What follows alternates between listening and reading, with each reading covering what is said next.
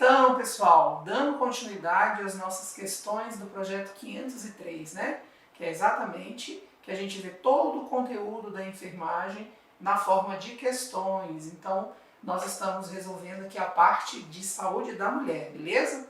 Então, vamos lá. Para responder às questões, leia atentamente o relato a seguir. Então, vamos ver o que nós temos agora. Em 6/12/2015, MT, 34 anos, primigesta, compareceu à consulta de enfermagem de pré-natal. Ao analisar os dados contidos no prontuário, a enfermeira constatou que a usuária apresentava ciclos regulares e o primeiro dia da última menstruação havia sido 25/5/2015. Tá? Então a gente tem uma DUM aqui, que eu não sei se a gente vai realmente precisar dela nas questões que vem aqui na nossa sequência. Tá? A gente tem a data da consulta, isso aqui é importante, né? Quando a gente precisa, por exemplo, calcular a idade gestacional, a gente tem que saber, né, qual é a data da última menstruação, qual é a data da consulta, para a gente poder, né, fazer a somatória, né, desse intervalo de tempo, beleza? Então é uma grávida de 34 anos, primeiro bebê, G1, né, primigesta, certo? E aí ela foi lá para a consulta. Vamos lá. O que a pergunta nos pede? Ao realizar a palpação obstétrica, então aqui a gente já está na parte do exame físico. Então a paciente provavelmente já forneceu os dados, né? Ou os dados foram revisados, se essa não é a primeira consulta dela, tá? E aí está na hora do exame físico. Na hora do exame físico, vamos lá. Ao realizar a palpação obstétrica utilizando a técnica de palpação da escola alemã, a enfermeira executou, entre outras manobras, a apresentada na figura a seguir, tá? Então, assim, essa técnica de palpação da escola alemã nada mais é do que, né, as famosíssimas manobras de Leopold, tá certo? Então, a gente está fazendo manobras de Leopold, certo?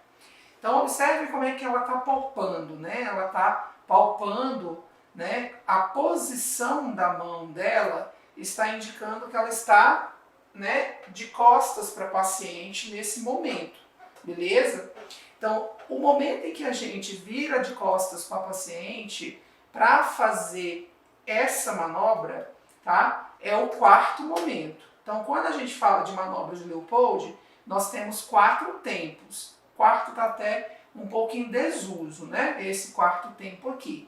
Então, no primeiro tempo, a gente o quê? A gente delimita o fundo do útero, e aí quando eu delimito o fundo do útero, eu vou ver o quê? Eu já vou ver, de fato, qual que é a apresentação, ou seja, eu vou procurar, né, qual que é a apresentação. Então, lá no fundo do útero, eu acho o quê? Eu acho a cabeça ou eu acho o bumbum, né? De preferência, a gente tem que achar o bumbum, porque aí indica que o bebê está cefálico, né? Porque se o bumbum dele está na região do fundo do útero, a cabeça está lá na região do colo, né? E aí, quando eu vejo esse fundo do útero, eu avalio também a situação, lembra?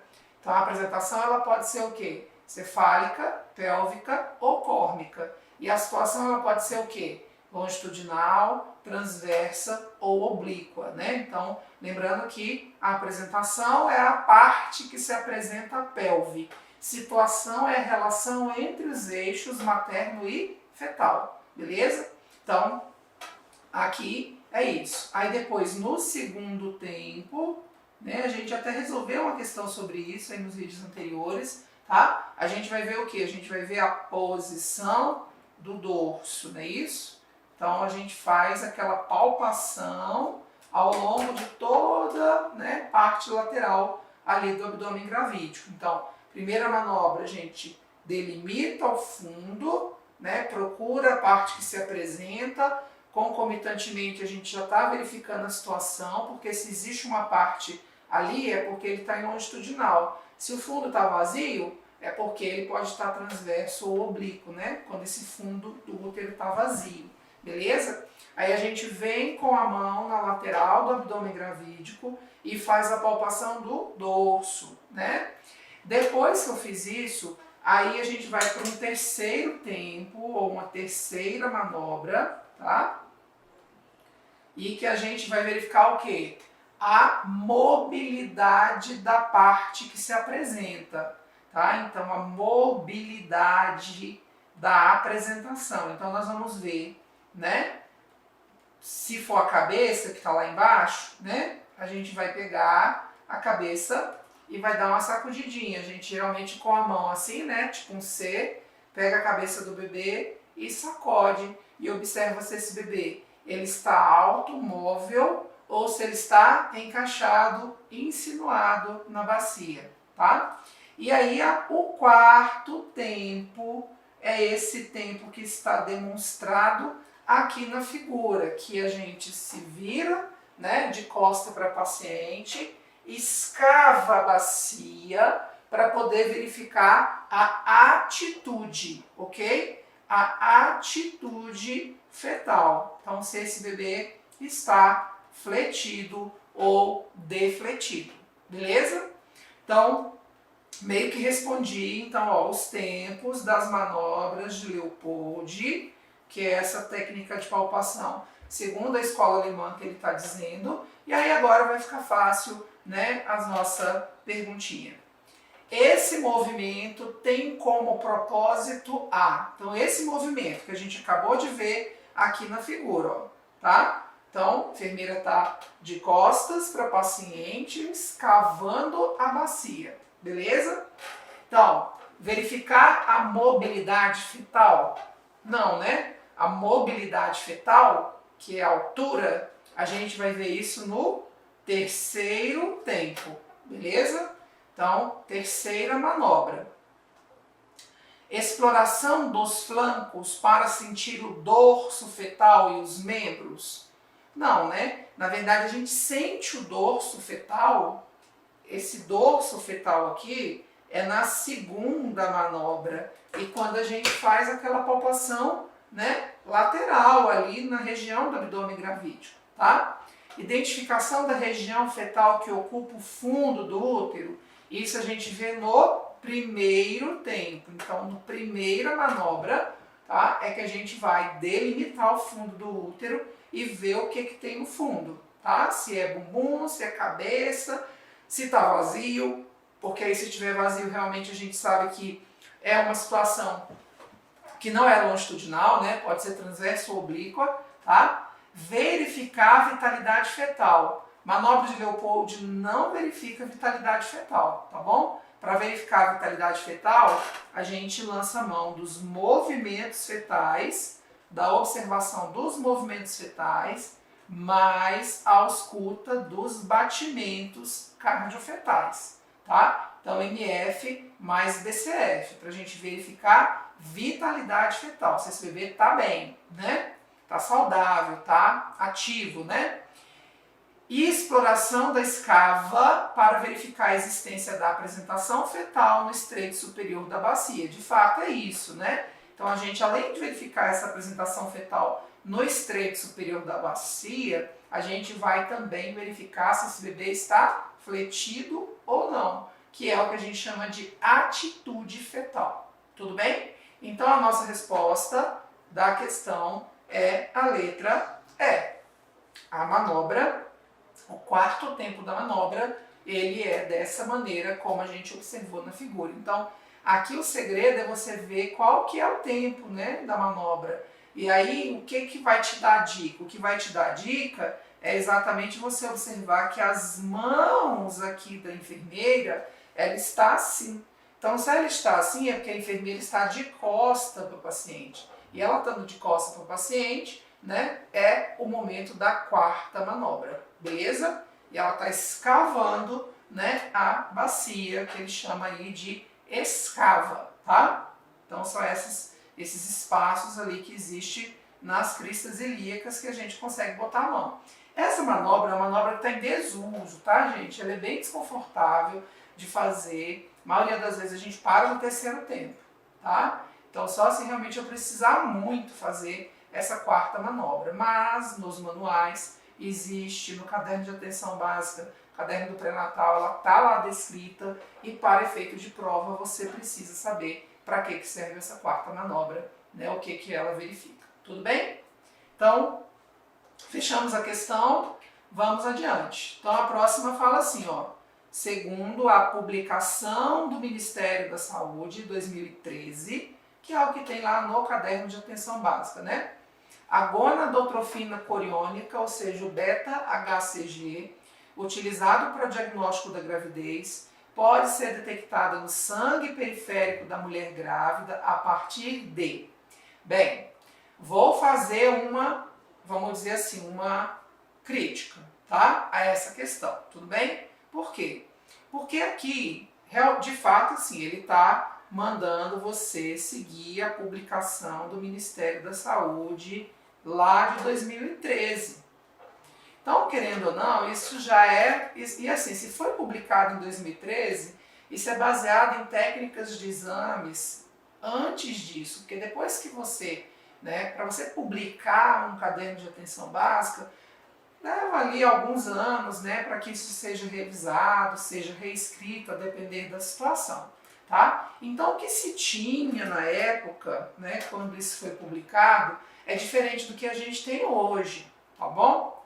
Então, olha só, ele pergunta a partir de qual é o momento, tá, que a gente detecta o beta-HCG. Quem que é o beta-HCG? Que é a gonadotrofina, né, hormônio da gonadotrofina coriônica, tá? Significa H, hormônio, né, coriônico, o C, e o G, gonadotrofina.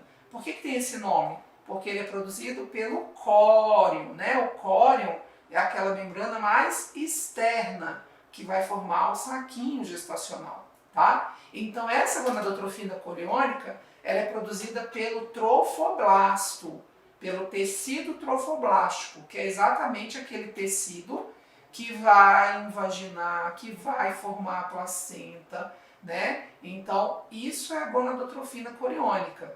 Ela é importantíssima na primeiro momento da gravidez. Por quê? Porque é ela que de fato vai fazer uma série de funções, dentre elas, por exemplo, diminuir a rejeição imunológica, né, com relação à gravidez. Como assim, Igor, diminuir a rejeição imunológica? Pessoal, a gravidez é um fenômeno imunologicamente indesejado. Eu tenho que lembrar que ali dentro do organismo, dentro do útero materno, tem material genético estranho, tem material genético do parceiro, né? Então isso, de fato, o organismo da mulher, ele vai o quê? Ele vai reconhecer como algo estranho. Então, por isso é que existem muitos abortos, né? Assim, claro que existem outras causas, mas nós sabemos aí que em torno de 1/4 das gestações, elas transcorrem naturalmente com aborto. Pode ser por conta de alguma alteração cromossômica, pode ser por conta de rejeição imunológica, pode ser por conta de alterações hormonais. Então tem muitas causas, tá? Então essa gonadotrofina, de fato, ela vai aparecer lá na corrente sanguínea, né? Assim, ela vai até numa quantidade bem progressiva, e aí ela faz o pico ali geralmente em torno de 2 a 3 meses. E depois ela começa a cair. Claro que ela não cai, né, a níveis pré-gravídicos, mas ela diminui. Por sinal, é essa gonadotrofina coriônica que faz a paciente enjoar, né? Então esse nível de gonadotrofina, ele provoca náusea, tá? Então tem várias coisas aqui que essa gonadotrofina faz de importante. Ela ajuda a manter o corpo lúteo, porque o corpo lúteo é que produz a progesterona, um dos hormônios mais importantes da gravidez. Então, se de fato o corpo lúteo degenerasse, né, antes da placenta ser formada, porque depois a placenta assume o papel desse corpo lúteo na produção dos hormônios, então certamente isso iria influenciar, iria afetar diretamente o momento inicial do desenvolvimento embrionário e fetal, tá bom? Bem, estou falando de tudo isso e estou fazendo uma crítica por quê?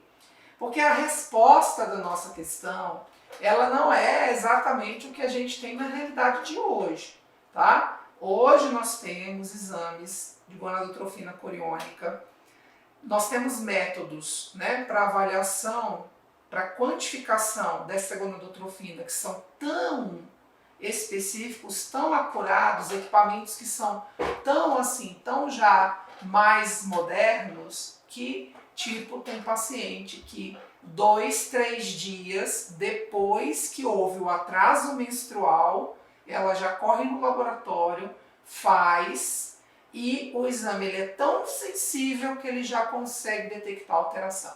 Sabe aquelas pacientes que às vezes estão fazendo tratamento para fertilidade, né, e às vezes fazem a superovulação, né, então assim, elas usam muito isso, tá? Então a gente teve um atrasinho menstrual, 3 dias, 2, 3 dias, já há uma alteração na gonadotrofina nesses exames, nesses métodos laboratoriais mais sensíveis, beleza? Mas o que está lá na publicação do Manual do Ministério da Saúde? Seria 30 dias de atraso menstrual, seria 30 a 45 dias de atraso menstrual, 48 horas após a concepção, 8 a 11 dias após a concepção e 30 a 45 dias após a concepção. Então, na verdade, a gente considera o quê? Primeiro sinal que a gente observa, que é um sinal presuntivo de gestação, é a amenorreia. Então, a gente usa o atraso menstrual como um parâmetro. E segundo a publicação do Ministério, que é o Caderno de Atenção Básica número 32, ele considera que a gonadotrofina, ela é, né, vamos dizer assim, ela pode ser detectada, tá, no sangue periférico a partir de 30 a 45 dias de atraso menstrual, beleza? Então, assim, a resposta da nossa questão, considerando o comando, com base na publicação do Ministério, Caderno 32, é a letra D. Porém, eu faço essa ressalva. Existem hoje exames laboratoriais que apresentam uma sensibilidade, que conseguem me dar uma quantificação de HCG mais precoce. Aliás, bem mais precoce. Tudo bem? Então, essa é a nossa resposta com essas ressalvas, essas considerações que eu acabei de fazer para vocês. Vamos adiante. Aqui essa é bem tranquila, ó. Ao realizar grupo educativo com gestantes, algumas participantes se queixaram de obstipação intestinal. Frente a essa situação, a enfermeira deve recomendar. Então, olha só. Uma das estratégias que a gente faz durante o pré-natal são grupos educativos, reuniões em grupos, né? A gente geralmente reúne aquelas mulheres por trimestre gestacionais, tá? E conversa com todo mundo. Por quê? Porque as dúvidas são muito parecidas, né? E às vezes uma pode até ajudar na dúvida da outra, né? A gente, inclusive, hoje tem o pré-natal coletivo, né? Que está sendo já implementado em alguns locais, inclusive particular, tá? O pré-natal coletivo tem, vamos dizer assim, tido uma importância muito grande. Então, quem faz pré-natal privado, geralmente reúne as mulheres que estão mais ou menos na mesma época da gestação, no mesmo horário, e elas vão discutir, elas vão conversar, elas vão expor, né, os seus anseios, medos, dúvidas, né, sintomas, sinais que elas estão apresentando, e aí geralmente um profissional media esse encontro e conversa com todas com relação a isso, tá? Então, ó, queixa comum, obstipação intestinal. Mulher já é geralmente obstipada, né? Obstipação intestinal é a constipação, né? A mesma coisa, ou seja, prisão de ventre, né? Em outras palavras. Por que isso acontece? Porque na gravidez a gente tem uma alta de progesterona.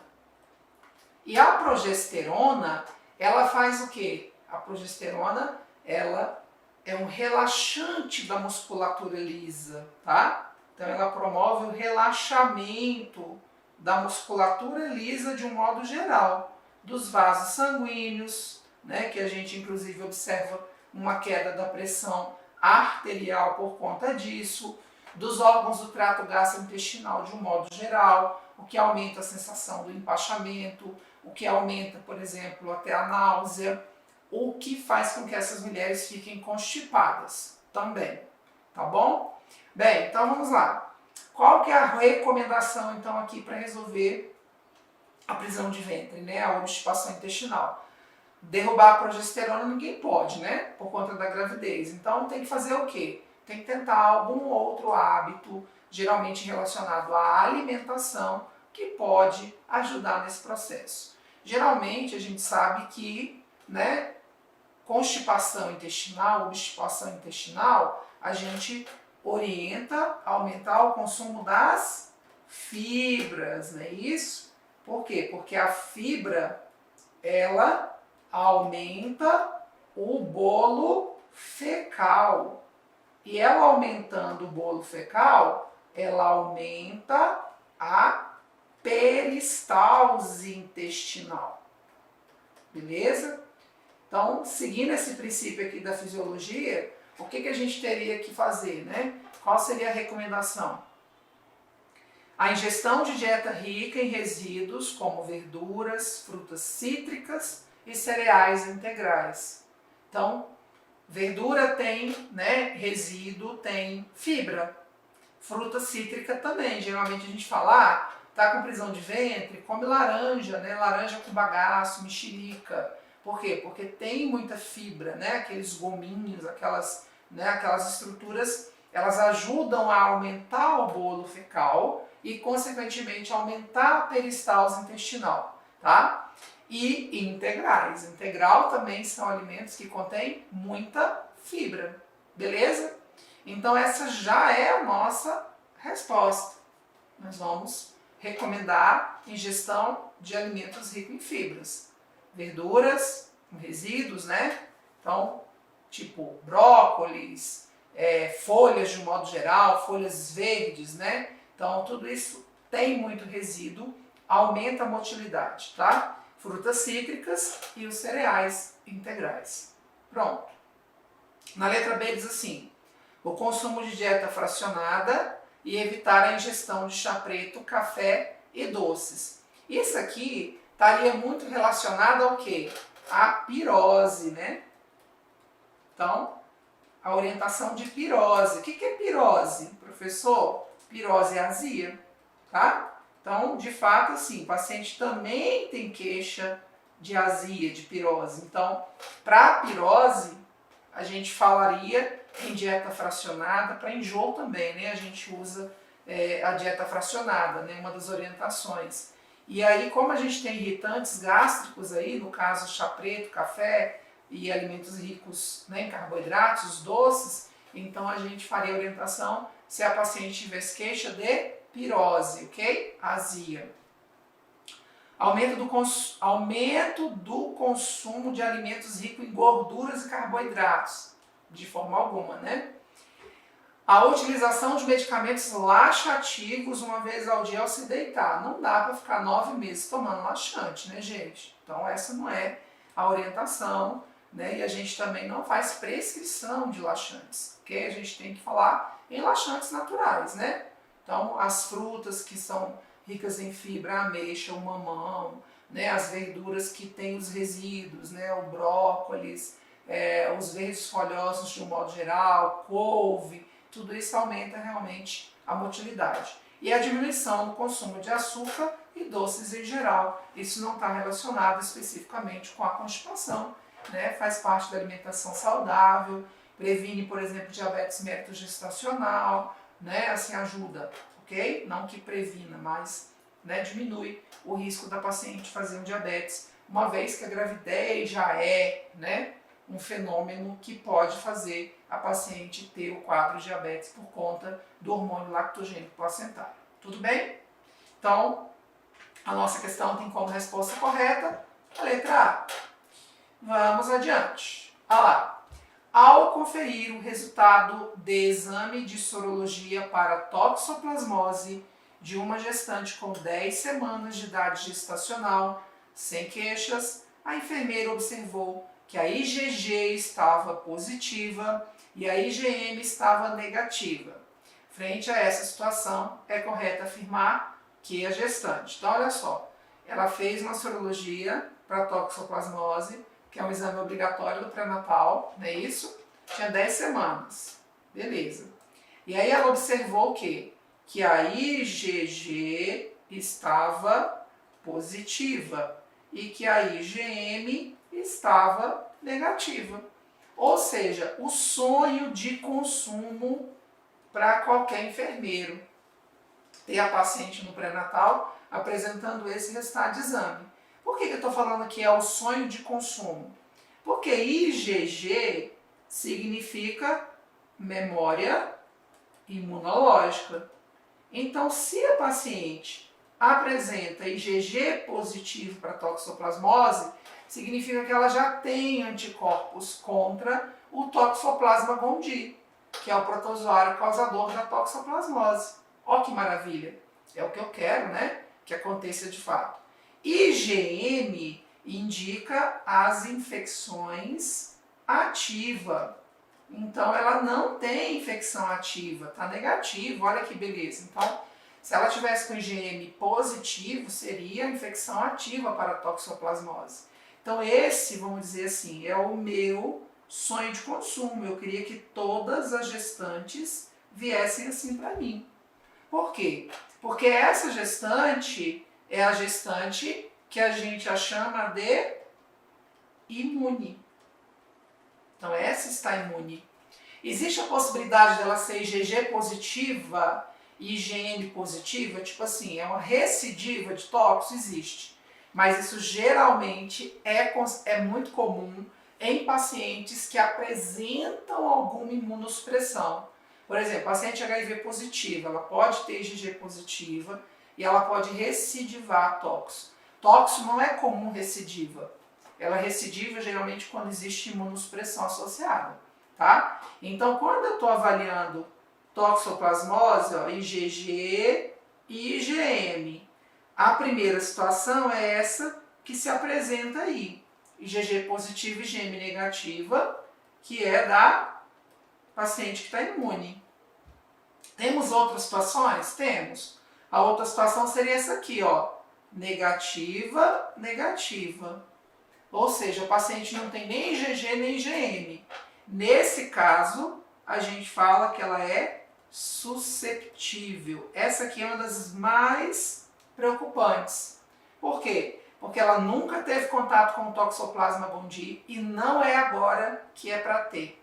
Então essa é aquela que você tem que fazer uma educação em saúde, uma orientação muito boa. Tipo, não pode comer alimentos crus, carnes mal passadas, mal cozidas, não pode comer crus de um modo geral, alimentos crus de um modo geral, tá? Folhas, aí você fala, couve-flor, brócolis é cozido, mas é pouco cozido, então assim, eu falo para não comer, né, essas comidas nesse caso, quando a gestante é suscetível. Por quê? Porque se você cozinhar demais o alimento, esses alimentos especificamente, eles vão virar sopa, virar uma papa, né? Então, tem algumas coisas que a gente fala, não come peixe cru, né, que é comida japonesa. Por quê? Porque existe um risco. Geralmente o Toxoplasma gondii, ele está em oocistos de fezes de animais domésticos, de gato, e pode contaminar outros animais, tá? Por isso é que a gente fala para evitar alimentos crus, alimentos mal cozidos, mal passados, de um modo geral.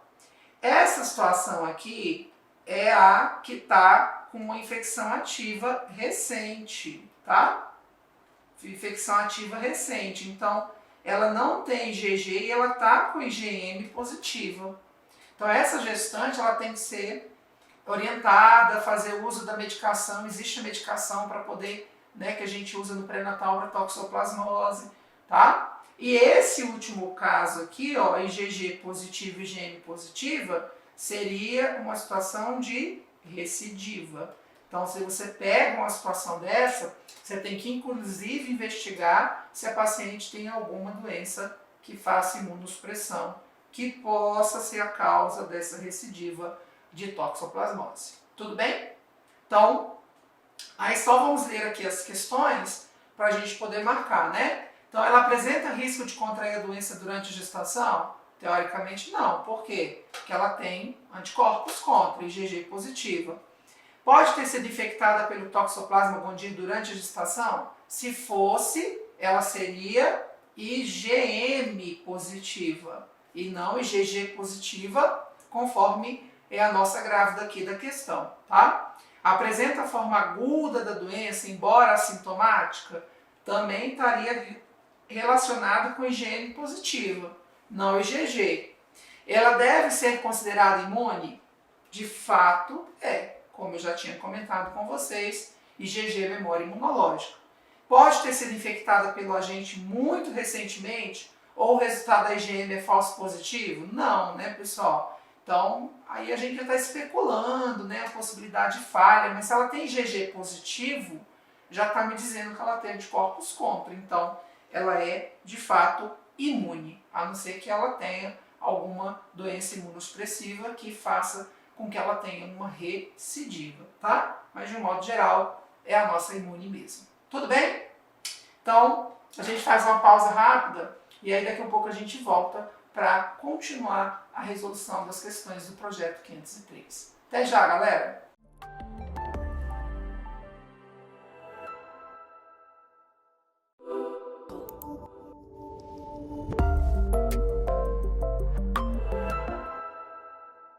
Fala, galera! Tudo bem? E aí? Vamos que vamos! Olha só, como no último bloco nós comentamos muita coisinha sobre a parte de acolhimento e principalmente protocolo de Manchester, então agora vamos ver como é que é o esquema, né, do desenho da rede de atenção, né? Literalmente de acordo com os esqueminhas que nós já gravamos quanto à parte do protocolo também, né? Então, por exemplo, aqui vai entrar a questão do código, que a gente já tá craque, né? Famoso ver, larama, verde, azul, que a gente já fixou tanto. A competência, né? Quanto à questão do atendimento, a estabilização até para poder controlar mesmo o paciente, né? Quais seriam algumas condutas. E o atendimento também, tudo bem? E lógico, né, a descrição, né, para ver literalmente quais seriam algumas medidas tradicionais para a gente poder atender esse paciente, tá ok? Então, mais uma vez, bem-vindos ao Prepara Enfermagem, Urgência e Emergência, professor Genaves que vos fala mais uma vez. Então, bora lá. Então, quanto ao desenho da rede de atenção, ele fala código, se for logicamente o vermelho, que ele tem até uma chavinha aqui, né? Tem aqui, ó, primeiro atendimento, estabilização e o atendimento, né? Claro, como forma de tratamento de conduta coadjuvante, vamos dizer assim, né? Então, no primeiro atendimento ele fala lá, ó, medidas para manutenção da vida, como por exemplo, se houver necessidade, tô aqui, tá? Intubação orotraqueal, não é? Linha de acesso venoso, glicose hipertônica e às vezes até, né, o benzodiazepínico aí, ó, até um diazepam dependendo da necessidade, tá? Então, quais seriam as formas de atendimento, né? Para poder estabilizar, tô aqui, ó, primeiro atendimento seguido do tratamento inicial, esse logicamente depois aqui, é claro, né? Exemplo, para poder logicamente estabilizar esse paciente. Se tem uma palavrinha que a gente utiliza muito em urgência e emergência, é estabilização. Né? Então, ó, estabilização aqui no laranja, né? E aí vai, por quê? Esses dois, principalmente, ó, chega a baber, quando eu babo, o que acontece? Cai na prova, né? Então, ó, estabilização do vermelho, para poder, logicamente, estabilizar o paciente. No laranja, também é utilizado a estabilização, tá? Então, se tem uma palavrinha mágica que a gente utiliza muito em urgência e emergência, é estabilização. Muito bem. Daí ele fala ainda, na estabilização, é claro, né? Sutura, ó, primeiro atendimento seguido do atendimento inicial. Sutura, tô aqui, ó. Sutura, logicamente, né, cristalóides, até para poder fazer uma reposição volêmica mais adequada. Que mais? Ventilação mecânica e hemotransfusão de acordo com a necessidade, né? No atendimento em si, depois de ter feito já o primeiro atendimento, de estabilizar e manter esse atendimento, né, a gente pode, né, logicamente colocar aqui, ó, completa abordagem propedêutica, né, e terapêutica para o paciente. Então, tipo, o que a gente vai continuar administrando nele, realizando para ele poder se manter bem atendido e, lógico, né, para poder manter a estabilização. Primeiro atendimento, estabilização, né, lógico, perdão, né, e aí vai, tudo bem? Então, primeiro atendimento, estabilização e atendimento. Muito bem. Quem é que tem esses? somente o vermelho, que está aqui, e o laranjinha, né? Então, por exemplo, aqui, ó, no amarelo, no verde e no azulzinho não tem a questão da palavrinha estabilização. Tudo bem? Né? Beleza. Depois ele fala então no laranja, agora o Titi está aqui, ó, no laranjinha, né? Primeiro atendimento. Aí ele fala medidas para sofrimento intenso, né? Ou para evitar rápida deterioração. É uma piora, vamos dizer assim, né? Mais uma vez o primeiro atendimento vai entrar com quem? Linha de acesso venoso, tratamento basicamente atendimento sintomático, cristalóide também que vai entrar aqui, né? E sutura, né? Uma coisa importante, né? Agora aqui, ó, para você poder ter noção, lá no vermelho, a sutura e o cristalóide, né? Antes eles estavam como exemplos até de estabilização, né? Agora, no primeiro atendimento, o paciente já está mais controlado, vamos dizer assim, né? Mas ainda não deixa de ser um atendimento rápido, é claro, né? Então, no exemplo do primeiro atendimento, aí entra aqui, né? Cristalóide e sutura também. A gente entra no primeiro atendimento e não na estabilização, assim como no vermelho. Tudo bem? Beleza. Estabilização, primeiro atendimento seguido do tratamento, né? É claro, inicial. Beleza, então vamos atender, lógico, fizemos o primeiro atendimento, agora estabilizar, palavrinha mágica. Quanto ao atendimento, manter a estabilização, é claro, né? Completa abordagem terapêutica e propedêutica também. Tudo bem? Partindo do bro amarelinho, ele fala, aí no amarelinho ele já tem o primeiro atendimento, não tem a parte da estabilização, e tem o atendimento, que é para poder manter a sequência, né? E depois o encaminhamento. Então vocês podem observar que agora o que tem de diferente aqui, ó, no amarelo, no verde e no azul, é a palavrinha encaminhamento tem no amarelo, encaminhamento tem no verde e encaminhamento tem no azul. Sacaram? Né? Bom de gravar, né? Desenho da rede de atenção. Esse quadrinho é legal, viu? Gostei do bichinho. No amarelo, primeiro atendimento, medidas de sofrimento ou para evitar deterioração. Aí ele fala também linha de acesso venoso, assim como o primeiro atendimento do laranja, sintomáticos, cristalóide e sutura. Então, o primeiro atendimento do laranja, né, é igual ao primeiro atendimento também do amarelo, né? Muito bem, então, ó, tratamento às vezes sintomático, acessos venosos, cristalóides, é claro, e sutura também, né? E no atendimento vai entrar o quê? A completa abordagem terapêutica e propedêutica, que seria aquela para poder manter, né, logicamente, o atendimento dele, tá? Agora não é de estabilização, é claro, né? E de acordo com a necessidade, né, o encaminhamento conforme e se pactuado. O que seria isso, conforme e se pactuado, é claro, né? Por exemplo, gestantes, igual a gente já comentou, né, lá no início da nossa aulinha aqui de classificação de risco e de protocolo de Manchester, né? Lá ele fala conforme e se pactuado. Então, por exemplo, ele encaixa em qual programa? Vamos encaminhar então para o UBS adequado, tipo a gestante, ou então vamos encaminhar para o programa adequado, né? Vai para a maternidade, é um encaminhamento, tudo bem? No verde, né? Aí já não tem o primeiro atendimento, então nesses aqui, vou colocar primeiro aqui, mas não tem. Então é assim que grava as diferenças, tá? Daí ele fala, no verde, atendimento, manter, né, logicamente, né, a propedêutica e a terapêutica adequada e de acordo com a necessidade encaminhá-lo conforme se pactuado, que seria de acordo com a necessidade ou de acordo com o programa específico, tudo bem, né?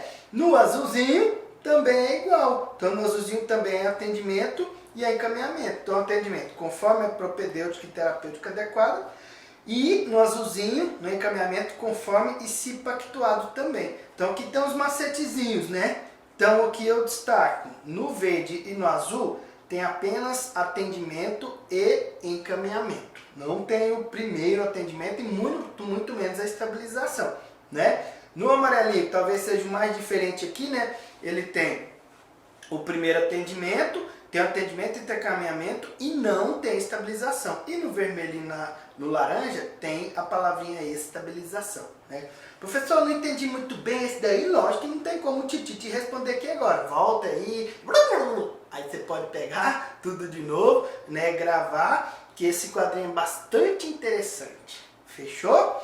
E aí, olho na tela, que ele fala aí, né? Os pontos de atenção à saúde, que está correlacionado às vezes, né?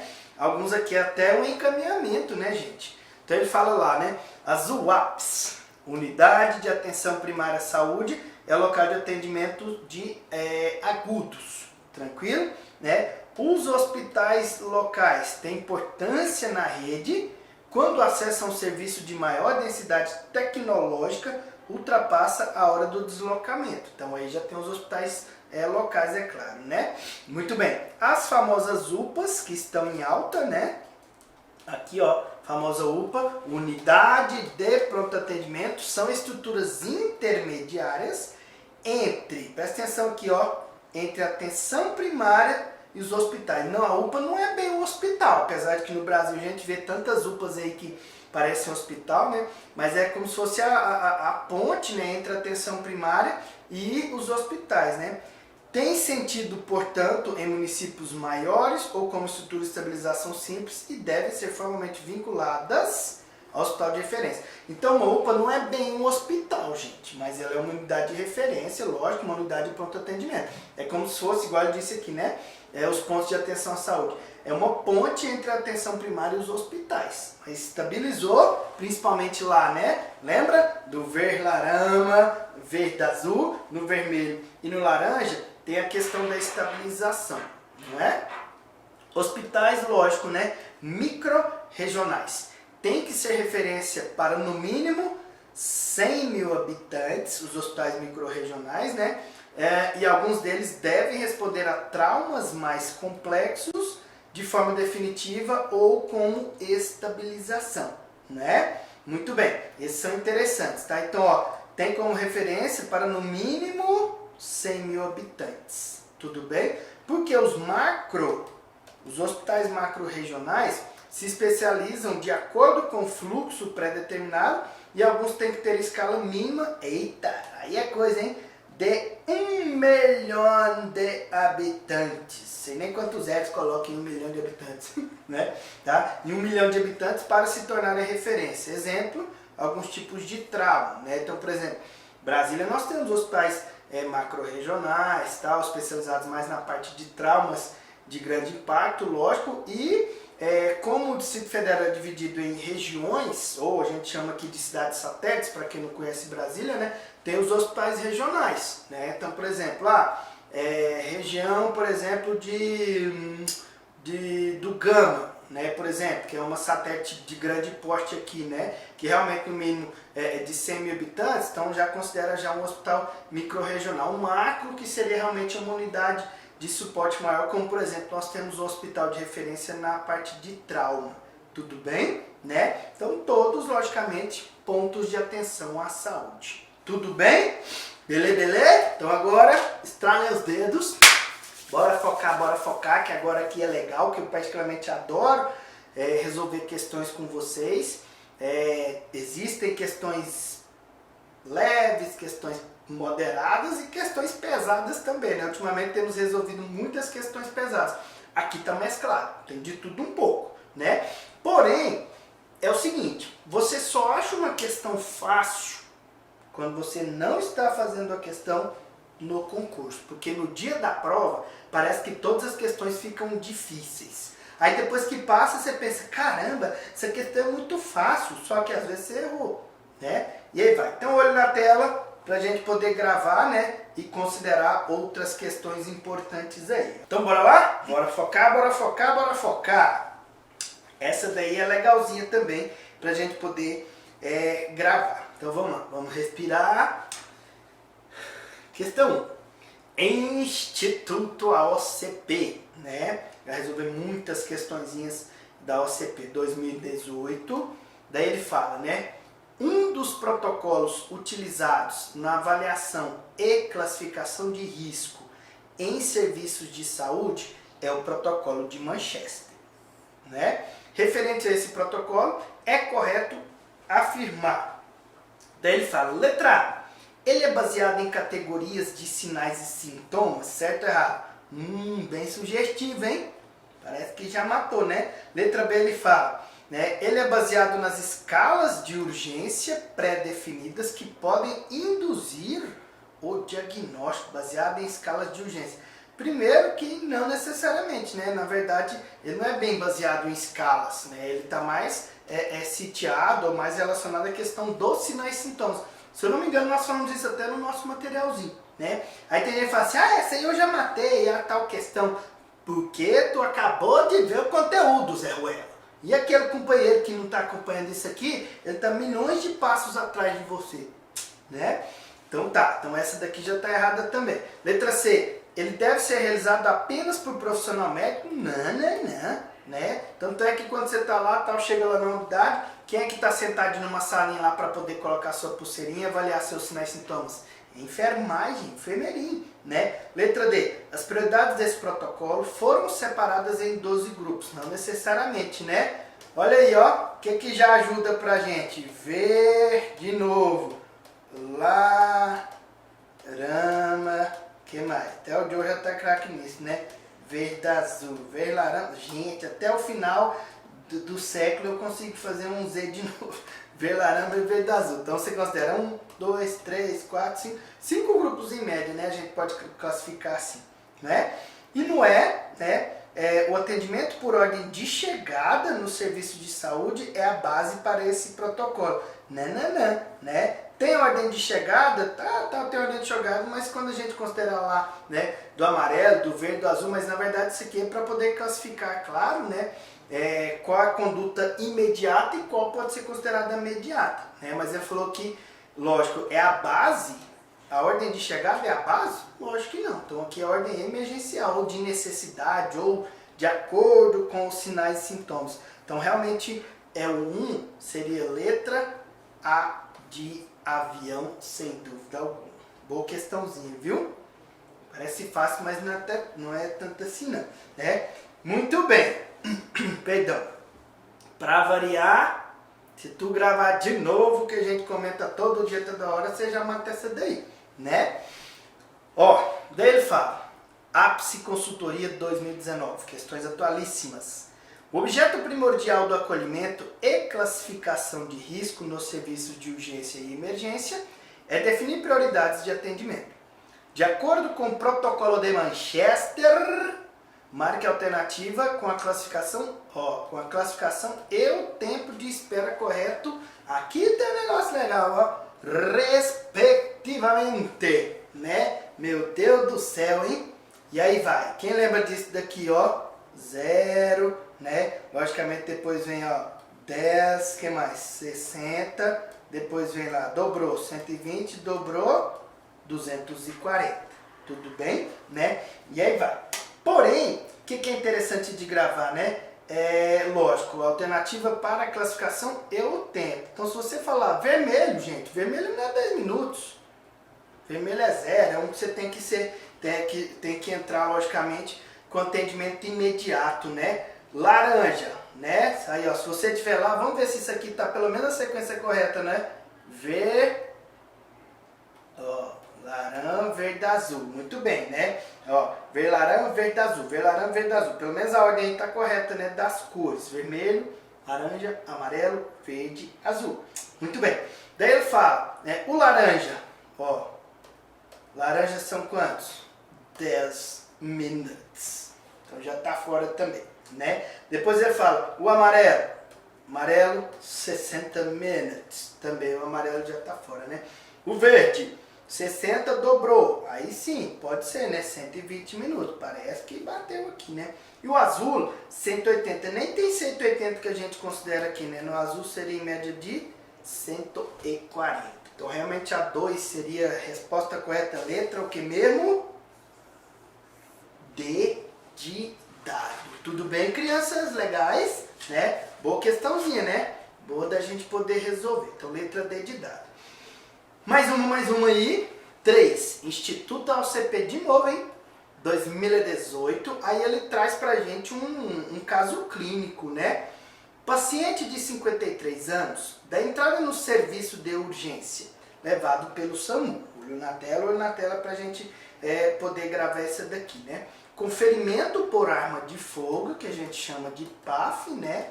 perfuração por arma de fogo, perdão, olfato e tal, em região abdominal, ó, né?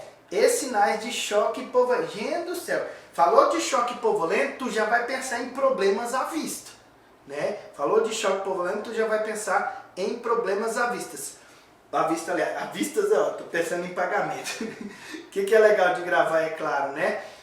Nós comentamos no nosso material relacionado a alguns sinais e sintomas quanto a dor de cabeça e quanto a dor abdominal. E eu disse para vocês lá que toda vez que tiver alguns sinais de choque, que a gente pode memorizar os 2 T's, os 2 H's e um S, 2 T's, 2 H's e um S, está relacionado a choque. Toda vez que falar de choque, né, sinais tradicionais de choque aliado a alguns sinais e sintomas, tu vai lembrar do vermelho, meu compadre. Tu vai lembrar do vermelho, né? Então, logicamente, aqui, ó, o vermelho, que é claro, né, que aqui a gente considera o que mesmo? O emergente, né? O emergente. Então, realmente, só de considerar, falou de choque hipovolêmico, você não precisa nem ler os outros. Você já pensa, logicamente, em vermelho, né? Que seria realmente a letra A, e você já pensa em emergente. Ah, não, perdão. Né? Que seria, logicamente, o vermelho, que seria a tal da emergência. Principalmente de elefante, né? Principalmente, famoso choque hipovolêmico. Tudo bem? Boa questãozinha também, viu? Boa questãozinha também. Verlarama, verde azul. Verlarama, verde azul. Então bora lá, mais uma aí, de olho na tela, olho na tela, olho na tela. Questãozinha legal. Na verdade, eu já até quero passar alguns macetes, só pra gente poder gravar ele aí, ó. Mas, ó, CPCON 2019. Bora lá. Daí ele fala aqui, ó.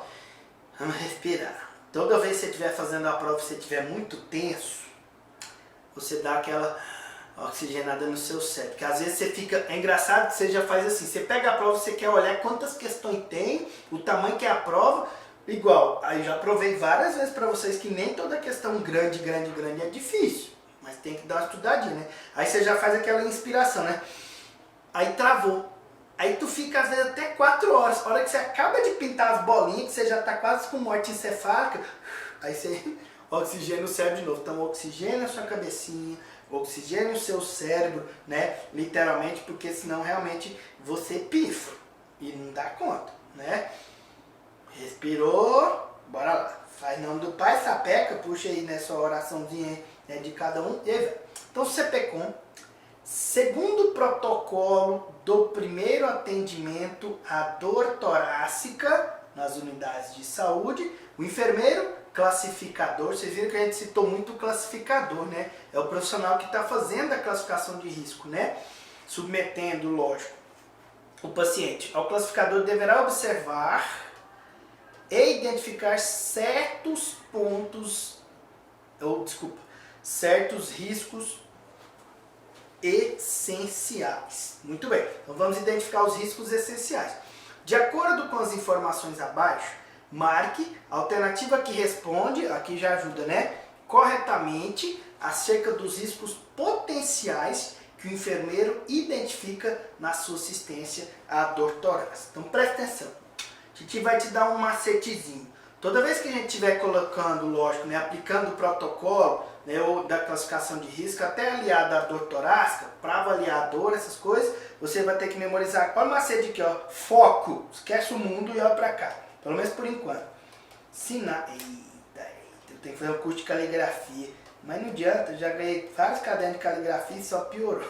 É porque minha letra é ruim, sim, gente, porque eu terceirizava. Eu dava o cascudo na minha irmã e falava, você faz esse aí pra mim, porque senão o professor vai danar comigo. Aí pronto, deu no que deu. Então, ó, os eletrocardiogramas são mais bonitos que a minha letra. Então, gravem. Relacionado a risco potencial. Risco potencial, principalmente quanto à classificação e quanto à questão da dor torácica. O que é legal de gravar? Sempre atente para a coleta dos sinais vitais, pelo menos como conduta inicial, não é? E lógico, para poder avaliar como questão de conduta inicial, isso aqui é um macete, tá, gente? É interessante também você memorizar a famosa QP. O que é QP, né? As famosas queixas principais. Muito bem, queixas principais. E aliar também, né, a utilização do famoso protocolo de Manchester, né? Famoso protocolo de Manchester. Então, ó, é só um macete, porque ele falou riscos potenciais aliado à classificação, né? E principalmente a dor de risco quanto ao protocolo. Então, sinais e sintomas, né? Que a gente tem que saber. Então, tá aliado com o que, é claro, né? Sinais vitais. Então, bora só memorizar, ó. Letra A. Coletar os sinais vitais do paciente, ó, interessante aqui, né? Identificar o histórico do paciente, é importantíssimo gravar isso também, principalmente em relação aos outros problemas, como gastrites, úlceras pépticas, que geram também esse tipo de dor. A realização do eletrocardiograma, estou aqui, só será feita após a apreciação clínica do médico responsável, podendo ficar atento à possibilidade de ser requisitada uma ressonância magnética e ou tomografia de tórax para ver onde virá essa dor. Vixe, Maria.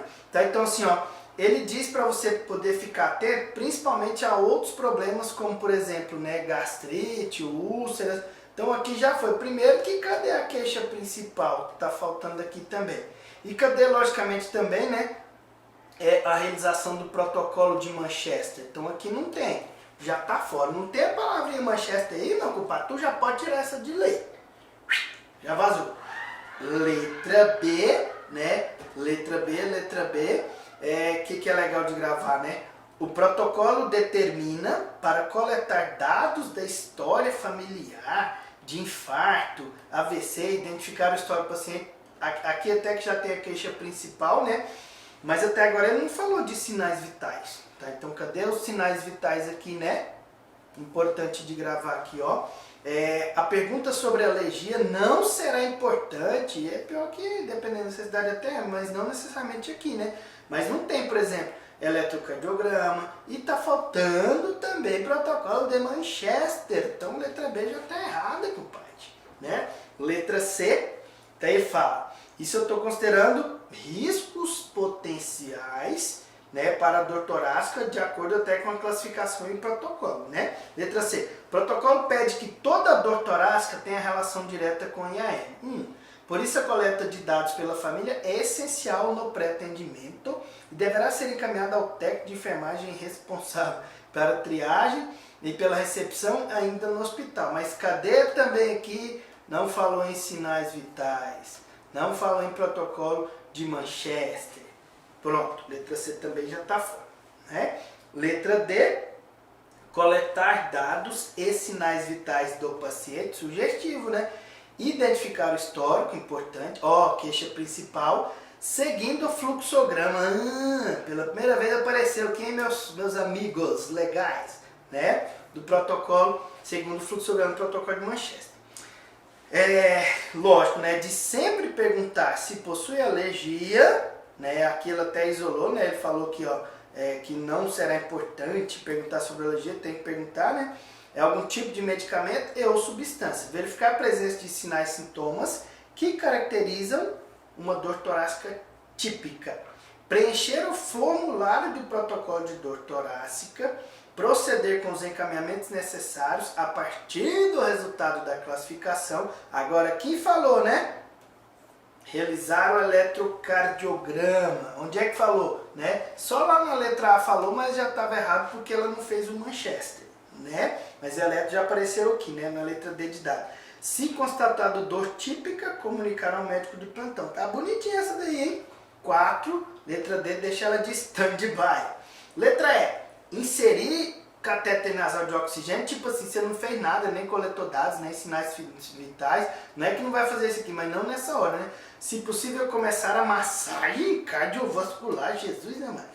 Incluindo incursões de 2 em 2 minutos. Questionar se há familiares presentes no ambiente, realizar ECG, né? E uma tomografia computadorizada, tô aqui, ó, de tórax e abdômen para descobrir o que se trata. Realmente, meus amigos, onde é que tem a palavra sinais vitais? Onde é que tem queixa principal? E principalmente onde é que tem Manchester? Literalmente nós vamos entrar com, lógico, né? Famosa letra D de dado, sem dúvida alguma. Tudo bem? Excelente questão. Excelente questão. Gostei, viu? Mais um caso clínico aí pra gente poder considerar, é claro, né? VUNESP, ó, 2019, que repito, né, fez até uma prova da EBSER, da cidade, nossa bela Uberlândia, né? Não sou de lá, mas adoro Uberlândia, mas ele fala lá, o caso clínico, SM, enfermeiro do pronto atendimento de instituição hospitalar, ao realizar a classificação de risco dos pacientes, utilizando o protocolo, sistema de Manchester, coloca pulseiras de identificação nos mesmos. O paciente que deverá ser atendido primeiro será. Vamos lá. Daí ele cita alguns casos aí, né? Letra A, senhor Roberto, diabético, que está com a pulseira, né? Laranja, né? Então vamos gravar lá de novo? Última vez, hein? Né? Famoso Verlarama, lembra? Né? Depois tem lá o que mesmo? Verdazul. Olha, pela última vez que eu escrevo, eu acertei o Z, né? Então já é um avanço, né? Verlarama, Verdazul. Muito bem. Tá, lembrando que a laranjinha, falou da laranjinha lá, né? Já seria logicamente aqui, né? A 2. Vamos ver se tem outras aí, ó. Deixa essa aí por enquanto, né? Letra B, senhora Joana, gestante, com queixas de náuseas, que está com pulseira azul, né? Que deverá ser atendido primeiro, gente. Ele quer qual que nós vamos atender primeiro? Azul, meu compadre. Azul, gente, já considera o que, né? Que seria o 5º grupo lá. Então aqui já está fora. Não é? Muito bem. Letra C. Senhor Antônio, que tem câncer de próstata e que se encontra com a pulseira, o que mesmo? Amarela. Qual é que vem primeiro, né? Ó. Vermelha, laranja, amarela seria a terceira aqui, ó. Tá? Então, por enquanto, quem tá ganhando é a letra A. Deixa ela de stand-by. Letra D. Joãozinho Zé Ruela. Tá sempre por aí. Que caiu de bicicleta. Da bicicleta, que está chorando e que já arrancou a pulseira verde. É um Zé Ruela, né? O verde seria o quê? O 4. Né? Então aqui, ó. Muito bem. Ele tá querendo qual tem que ser o primeiro. Deve ser... né? Atendido primeiro será. Letra E. Elaine, uma jovem que refere estar ouvindo vozes, alucinações auditivas, né? Em sua cabeça e não tem qualquer pulseira. Então ela nem passou pela classificação, né? Então, lógico, meus compadres, né? Sem dúvida alguma, senhor Roberto, diabético, que está com uma pulseira laranja, logicamente a letra A seria a resposta correta, principalmente porque dos casos que ele citou aí, perdão, o laranja, né, tem que ser atendido de uma forma mais rápida, lembrando até dos tempos, né, 0, 10, 60, 120, 240. É interessante que a gente começou e terminou com isso, né? E nem foi combinado, hein? Tudo bem? Então, só para poder confirmar, realmente, questão 5, né? Claro, seria a famosa letra A de avião. Tudo bem, crianças? Né? Encerramos aqui uma parte, então, de classificação de risco e principalmente protocolo de Manchester. Não se esqueça nunca mais, Verlarama, Verdazul, né? 0, 10, 60, dobrou 120, dobrou 240. Pelo amor de Deus, isso já ajuda muito. Vocês viram que das questões aqui, nos ajudou muito. Sinais vitais, queixa principal, pronto. Protocolo de Manchester. Beleza? Crianças, fiquem com Deus. Mais uma vez, o meu grande abraço. Que Deus abençoe vocês. Foco, foco, foco e persistência. Resiliência acima de tudo também. Grande abraço. Professor Jean Naves.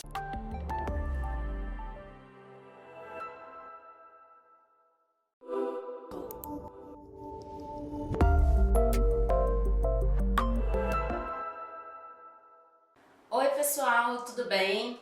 Sejam bem-vindos a mais uma aula e a gente vai trabalhar hoje algumas questões de concurso que estão relacionadas à aspiração das vias aéreas, tá certo? Bom, vamos começar a primeira questão. A aspiração de vias aéreas tem como objetivo promover uma ventilação eficiente, manter vias aéreas desobstruídas, removendo secreção, permitir troca gasosa adequada. As alternativas A, B e C estão corretas. Vamos relembrar, pessoal, a questão da aspiração? Então, quando a gente faz a aspiração de vias aéreas, a gente está fazendo uma sucção, certo? Dessas secreções. Então, o objetivo é remover o excesso de secreção, certo? Por que eu preciso remover o excesso de secreção? Bom, se eu tenho aqui minhas vias aéreas, isso daqui é um pulmão, tenho aqui minhas vias aéreas. Dentro, o ar então, ele entra, certo? E ele vai dentro dos alvéolos, encher esses alvéolos. E dessa forma vai acontecer a troca gasosa. Ok? Se eu tenho excesso de secreção nesse trajeto, ou até dentro dos alvéolos, o que eu vou ter? Eu vou ter uma obstrução desse fluxo de ar, certo? O ar não vai conseguir entrar. Consequentemente, se o ar não consegue entrar, eu não consigo ter uma troca gasosa adequada. Se o paciente não tem uma troca gasosa adequada, ele não consegue ter uma ventilação e uma oxigenação adequada. Então, quando a gente faz a aspiração de vias aéreas, o nosso objetivo é promover uma ventilação eficiente? Então eu quero remover o excesso de secreção para que esse paciente ventile de forma adequada. Então sim, está correta essa afirmativa.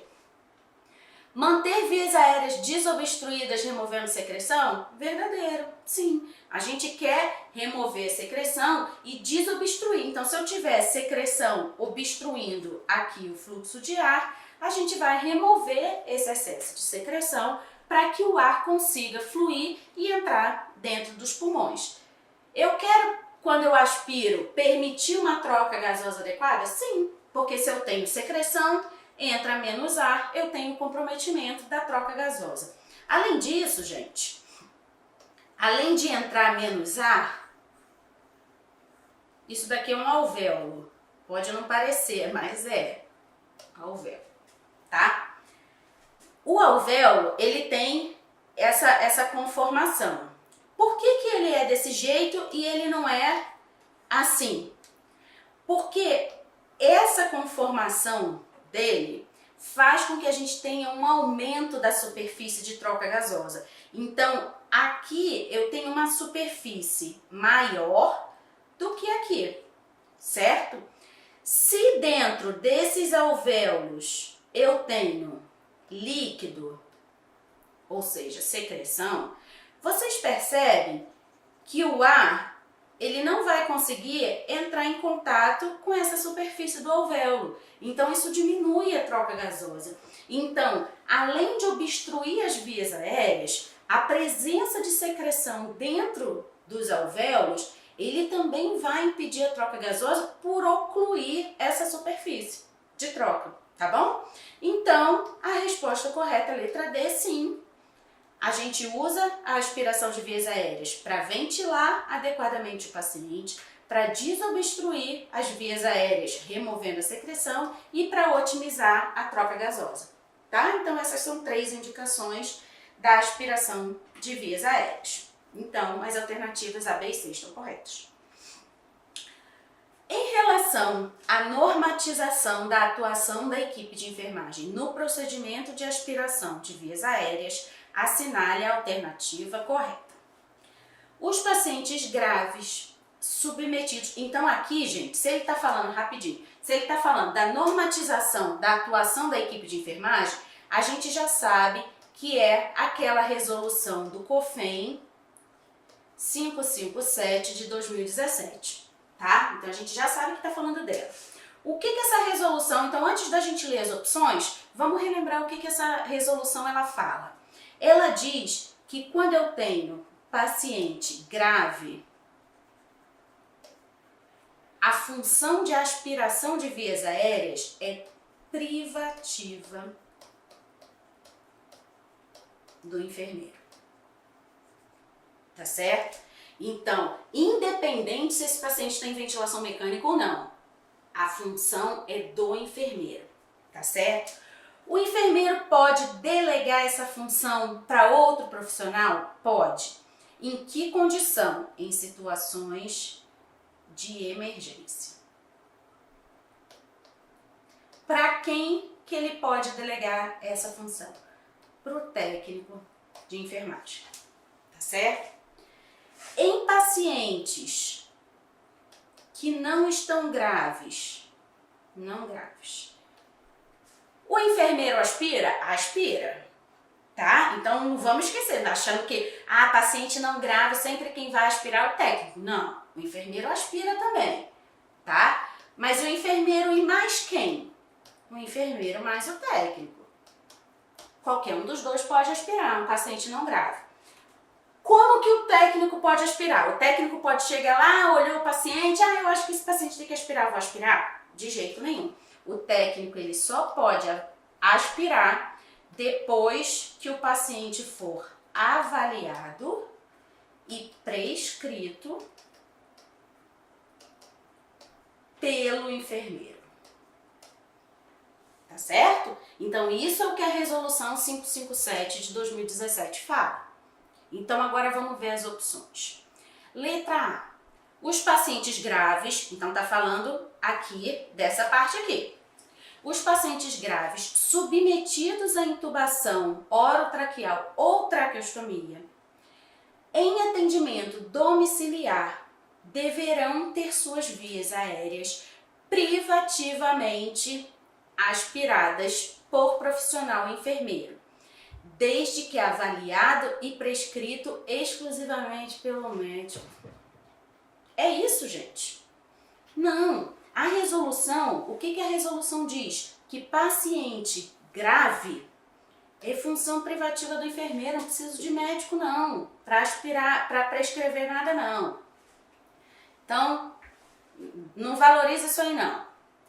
Os pacientes graves submetidos à intubação orotraqueal ou traqueostomia, então, de novo, está falando de paciente grave e está falando de paciente com via aérea artificial. Em unidades de emergência, internação intensiva, semi-intensiva ou intermediária ou demais unidades de assistência, deverão ter suas vias aéreas privativamente aspiradas por profissional enfermeiro. Foi isso que a gente viu aqui, galera? Olha só, paciente grave, função privativa do enfermeiro. Onde esse paciente está internado? Não me interessa. Não interessa. Se o paciente está grave, ele pode estar internado em qualquer lugar que a função é privativa do enfermeiro. Tá? Então, paciente grave, enfermeiro. Acabou. Não tem conversa. Tá? Então, vamos ver as outras opções. Os pacientes em unidades de repouso ou observação, são pacientes que não estão graves. Unidade de internação em atendimento domiciliar, então a gente está falando aqui de paciente que não está grave. Considerados não graves, aqui ele já falou, deverão ter suas vias aéreas privativamente aspiradas por profissional enfermeiro? Não. Paciente não grave pode ser aspirado pelo técnico de enfermagem, desde que o enfermeiro tenha avaliado e prescrito. Beleza? Então isso aqui está errado. Os pacientes em unidade de repouso-observação, unidades de internação e em atendimento domiciliar, considerados não graves, deverão ter suas vias aéreas privativamente aspiradas por profissional técnico de enfermagem, desde que avaliado e prescrito exclusivamente pelo médico. Tudo errado. Tudo errado. Paciente não grave. O técnico pode aspirar, como a gente já tinha visto, com a avaliação e prescrição do enfermeiro, não do médico, tá? E não é uma função privativa do técnico de enfermagem. Porque lembra que eu falei pra vocês que o enfermeiro também pode aspirar, gente. Então não é, o enfermeiro pode aspirar qualquer um, paciente grave ou não grave. O técnico é que só pode aspirar quem é não grave, desde que tenha sido prescrito pelo enfermeiro, tá? Então isso daqui tá errado. E vamos à letra E. Os pacientes crônicos em uso de traqueostomia de longa permanência ou definitiva, em ambiente hospitalar, de forma ambulatorial ou atendimento domiciliar, poderão ter suas vias aéreas aspiradas pelo profissional auxiliar de enfermagem, desde que devidamente avaliado e prescrito pelo enfermeiro como parte integrante do processo de enfermagem. Quem assistiu à aula sabe que isso não está correto. Por quê? O auxiliar de enfermagem, sabe quando que o auxiliar pode aspirar? Vou escrever aqui para vocês bem grande, para vocês não esquecerem nunca. Nunca o auxiliar de enfermagem pode aspirar. É um procedimento invasivo, com técnica séptica, não pode ser realizado por auxiliar de enfermagem. Quem da equipe de enfermagem pode aspirar? Ou o enfermeiro ou o técnico, o enfermeiro sempre, o técnico nas condições específicas. Tá certo? Então também uma afirmativa incorreta. Então vamos para a próxima questão. O procedimento de aspiração de secreção é utilizado para remover secreções do trato respiratório superior e ou cavidade oral, mediante sucção por um catéter. Ok, a definição de aspiração. Referente ao procedimento de aspiração das vias aéreas superiores, qual a sequência correta que devemos seguir? A gente viu isso na nossa aula também, lembra? A gente primeiro aspira quem é menos contaminado, depois quem é marromeno e depois quem é muito contaminado. Então a sequência de aspiração é essa. A gente começa da traqueostomia, que é o menos contaminado, depois a gente aspira nariz, depois a gente aspira boca. Vamos achar essa sequência aqui nas opções. Cavidade oral, boca. Cavidade nasal, nariz, traqueostomia. Não, tá ao contrário. Então essa já não é. Cavidade nasal, oral e tráqueo. Então nariz, boca, tráqueo. Não, a gente já sabe que tráqueo é primeiro. Então a gente já pode arriscar aqui. Traqueostomia, boca, nariz? Não. Traqueostomia, nariz e boca. Seguindo a sequência do menos contaminado para o mais contaminado. Tá bom, galerinha? Questão facilzinha de presente para vocês. Vamos para a próxima.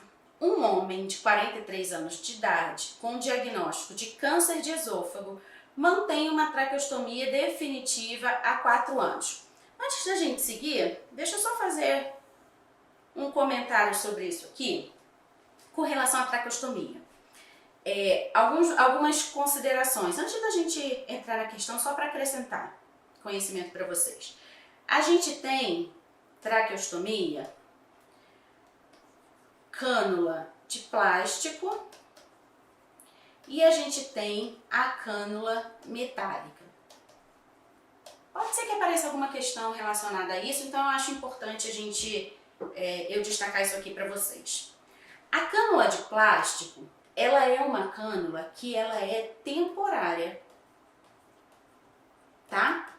Então, é uma cânula que o paciente vai estar lá dentro do hospital usando essa cânula. A cânula de plástico, ela encaixa direitinho na entrada lá do ambu. Então, se a gente precisar ambusar esse paciente ou se a gente precisar colocar ele em ventilação mecânica, a cânula utilizada é a cânula de plástico.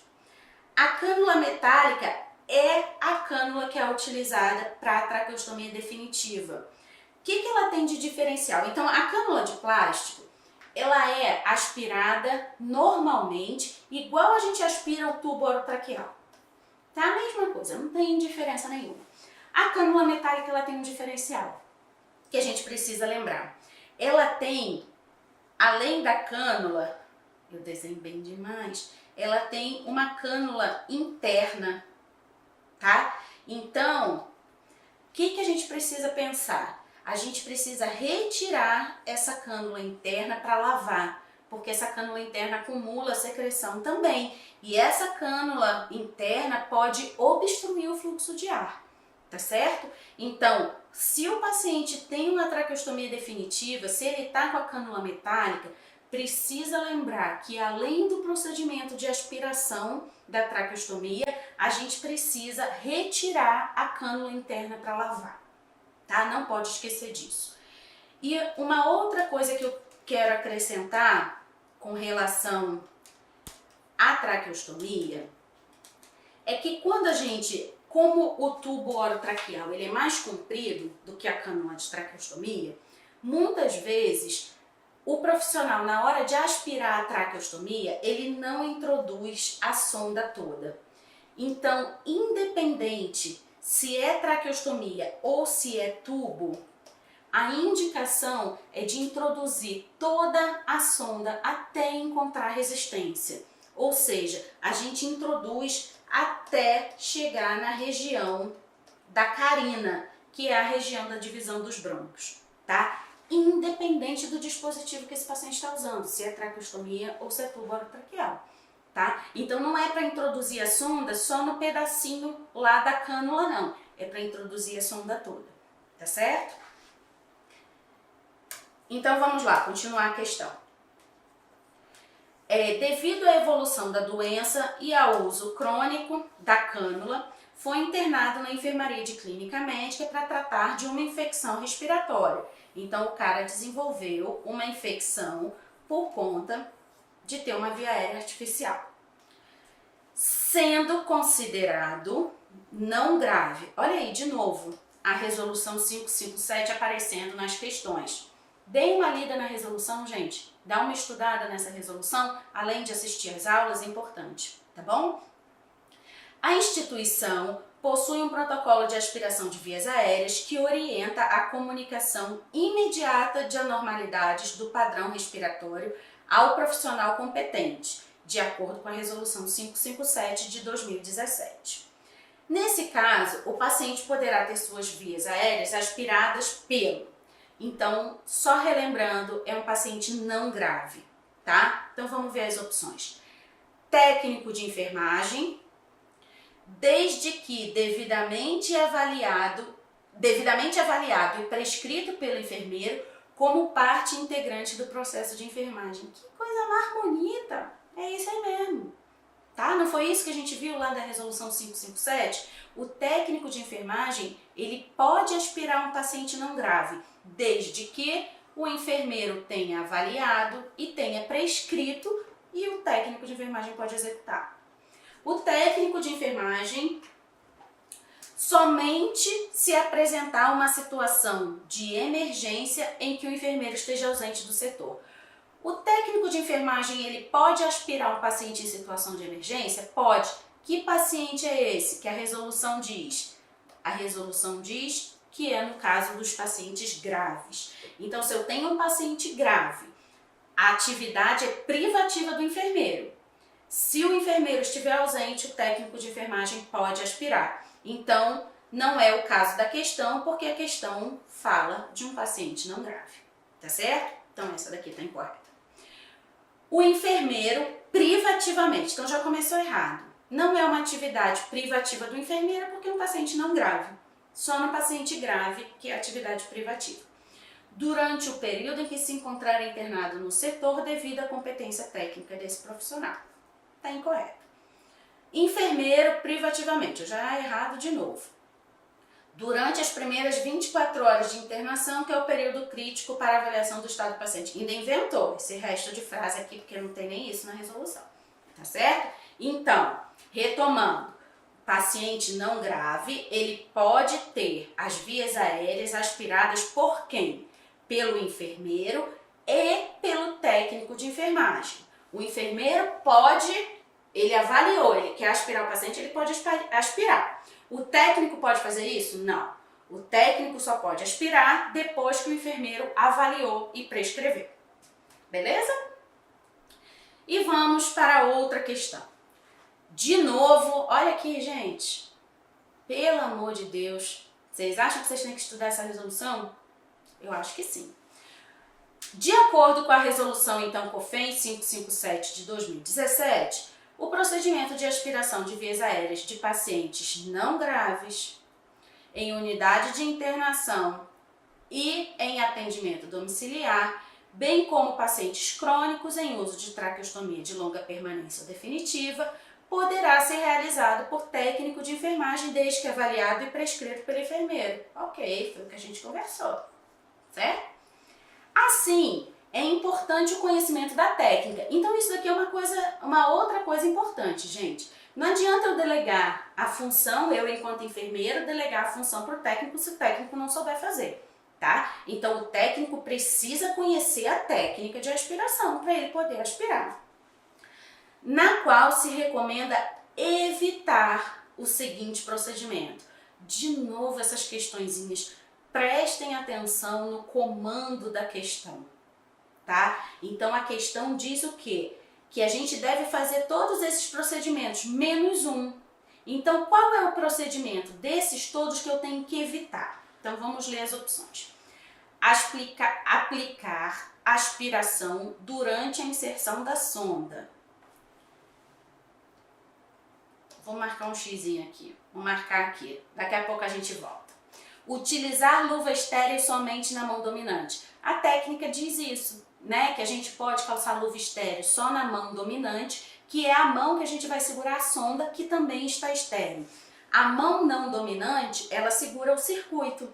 Então ela não precisa estar estéril, porque o circuito não está estéril, tá? Então isso daqui é uma afirmativa verdadeira.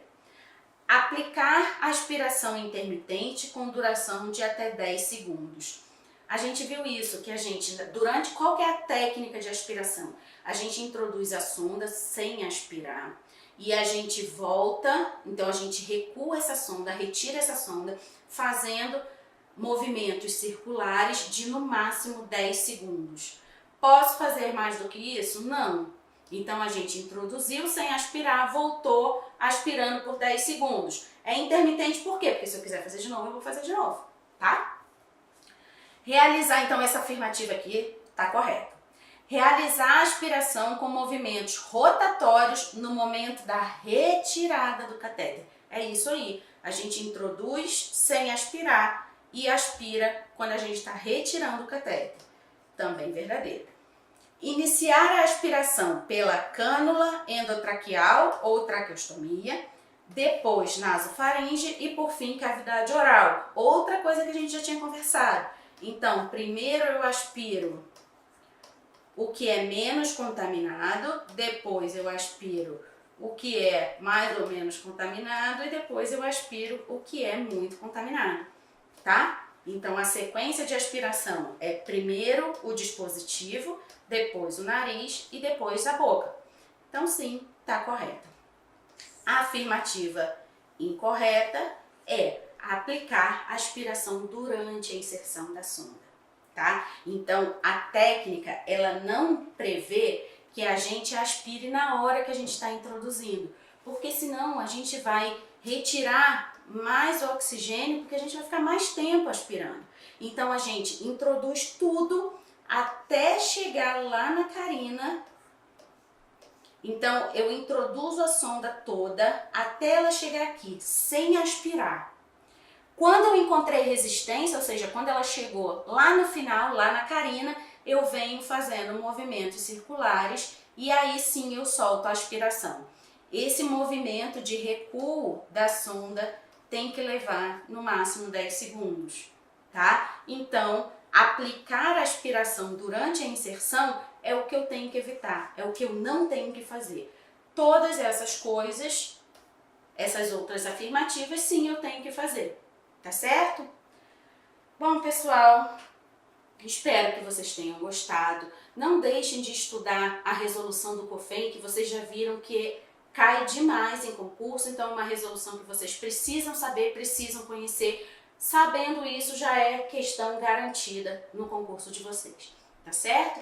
Bons estudos para vocês e até a próxima!